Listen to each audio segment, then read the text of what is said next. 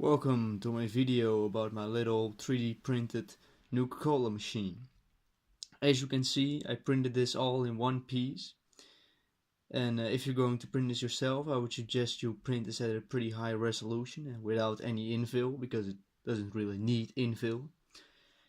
It also doesn't need supports for this little table, because it's going to do fine without.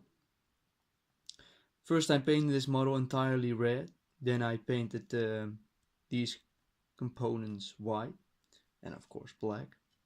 I painted the little metallic part silver, and after I painted it I withered it. Just took a little black brush, very lightly dip it in the black, and then kind of feather it on the model, leaving the black kind of hang up on certain pieces, and it's going to make it look fairly withered. This model also features a cooling compartment in the back, which I also just made metallic and withered. Yeah, it's a pretty nice model. It's available in Thingiverse and my mini factory.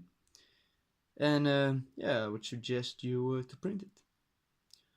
Well, that's about it. See you later.